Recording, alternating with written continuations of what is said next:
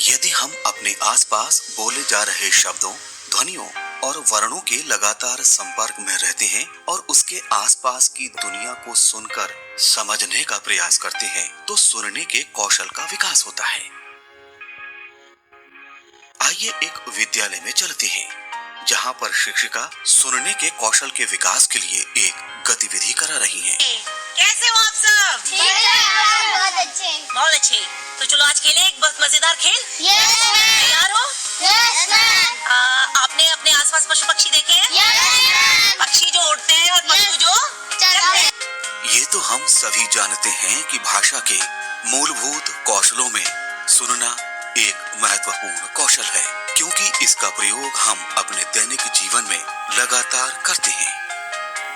आप लोगों ने अपनी अपनी टीम बांट ली है ना? Yes ma'am. Yes ma'am. इतना देर से थोड़ा तेज बताइए। बात यस मैम। हाँ, तो अब हमें ना अपनी अपनी टीम के नाम भी रखने हैं। ठीक है, ये टीम ए है और ये टीम बी है। तो ए टीम रखेगी अपने टीम का नाम एक पशु के नाम पर, ठीक है, और बी टीम रखेगी अपनी टीम का नाम एक पक्षी के नाम पर। तो जल्दी से बना लीजिए और सोच लीजिए आपको अपनी टीम का क्या नाम रखना है। जल्दी से, जल्दी से। और मैं समय दे रही हूँ आपको 10 सेकेंड का। 1, 2। चलिए, आपने अपनी अपनी टीम के नाम डिसाइड कर लिए ना? Yes ma'am. तो जल्दी बताइए, टीम ए ने क्या नाम रखा है अपनी टीम का? शेर। शेर टीम। और शेर कैसे बोलता है? इतना हल्के बोलता है शेर? थोड़ा और तेज बोलता है? डर जाते हो उसकी आवाज सुन के तो हम? कैसे बोलता है और तेज? हाँ, तो ये आवाज किसकी थी? शेर की। तो इनकी टीम का नाम हो गया शेर टीम। और आपने कौन सा नाम रखा है अपनी टीम का? कोयल। कोयल। और कोयल कैसे बोलती है? कैसे बोलती है? आवाज प्यारी सी, इतनी प्यारी आवाज होती है कोयल की। तो आज हमारी जो एक्टिविटी, हमारा जो खेल है ना, वो इसी से संबंधित है कि आज हमारी एक टीम एक किसी भी पशु या पक्षी की आवाज निकालेगी और दूसरी टीम उसको पहचानेगी। या क्या करेगी? एक बार आपको हम देते हैं एक बार चांस। जल्दी से आप कोई भी पशु या पक्षी की आवाज निकालिए और फिर टीम बी ए को सुनाइए। हो गया? जल्दी से। मैं तो सो रही थी, मैं तो सो रही थी, मुझे पक्षी ने जगाया, बोली। ये कौन सी आवाज है? पहचानो। एक बार और निकालो आप ये आवाज। बोलो।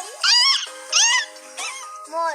मोर। अरे वाह, तालियां इस चीज के सुनना लिए। सिर्फ मोर। सुनना भर नहीं होता। सुनने का आशय है समझना और सुनकर अपेक्षित प्रतिक्रिया देना। सुनना और सुनकर समझना और फिर उचित प्रतिक्रिया देना, ये कौशल हमारे जीवन में सबसे ज्यादा उपयोग में आता है। अतः बुनियादी स्तर से ही इस पर विशेष ध्यान देने की आवश्यकता होती है।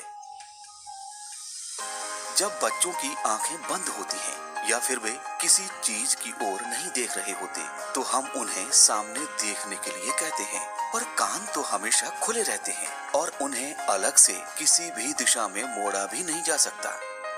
इसलिए हम मानकर चलते हैं कि कान अपना काम लगातार कर रहे हैं।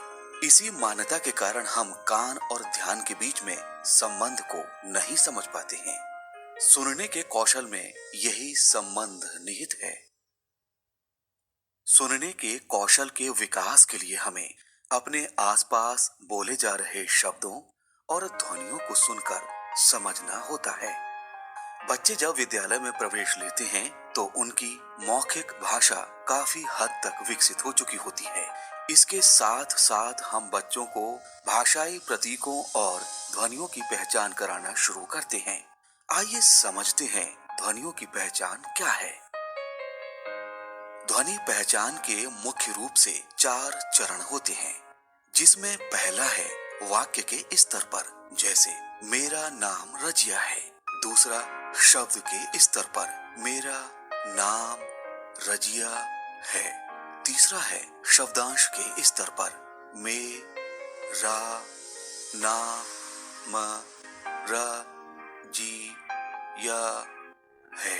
चौथा और अंतिम है वर्ण के स्तर पर, म र ना।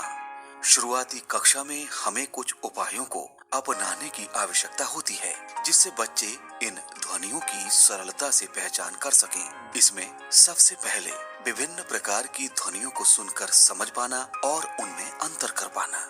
उसके बाद तुक समझ पाना, जैसे माला, नाला, काला।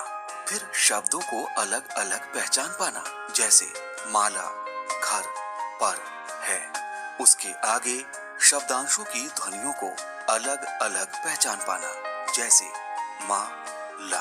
और अंत में वर्ण की ध्वनियों को पहचान पाना, जैसे माँ, आ, ला, आ, माँ, ला। जो बच्चे शुरुआती स्तर में इन ध्वनियों के साथ नियमित और विभिन्न प्रकार के अभ्यास नहीं करते हैं तो उन्हें आगे चलकर खुद वर्तनी बनाने और लिखने में मुश्किल होती है। इसीलिए आवश्यक है कि बुनियादी कक्षाओं में ही बच्चों के इस कौशल की नींव मजबूती से रखी जाए।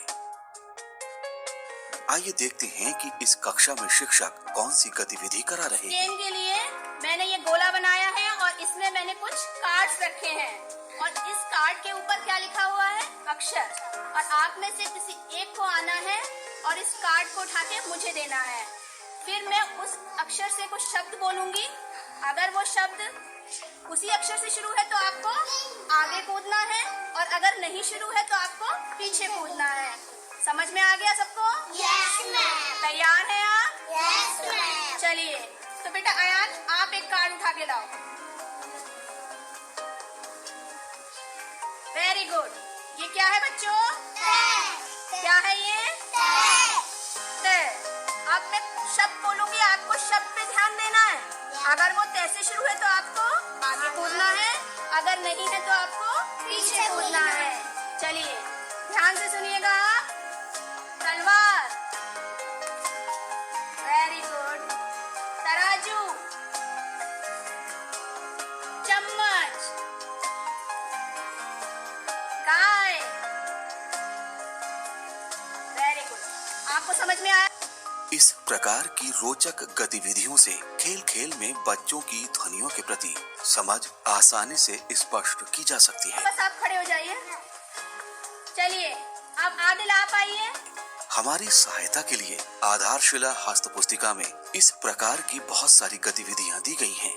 सुनने की दक्षता का आकलन किस प्रकार करना चाहिए, अर्थात हमें कब ये मान लेना चाहिए कि बच्चों में सुनने का कौशल आ गया है, जब बच्चा अपने आसपास की ध्वनियों को सुनकर पहचान ले और उनमें अंतर करने लगे, सुनी गई बातों का अर्थ समझकर उस पर अनुक्रिया देने लगे, तब ये मान लेना चाहिए कि बच्चे में सुनने का कौशल आ गया है। यही सुनने के केंद्रित लर्निंग आउटकम है। आधारशिला हस्त पुस्तिका के पृष्ठ संख्या 84 पर बनी प्रेरणा तालिका में भी इससे संबंधित संकेतक दिए गए हैं। बुनियादी स्तर पर हमें अपनी शिक्षण योजना बनाते समय इन चरणों का विशेष रूप से ध्यान रखते हुए प्रतिदिन के लिए उसमें एक लिखित और मौखिक गतिविधि को अवश्य स्थान देना चाहिए और कक्षा में इसका उचित क्रियान्वयन भी कराते रहना चाहिए, जिससे बच्चों में सुनने के कौशल का विकास हो सके।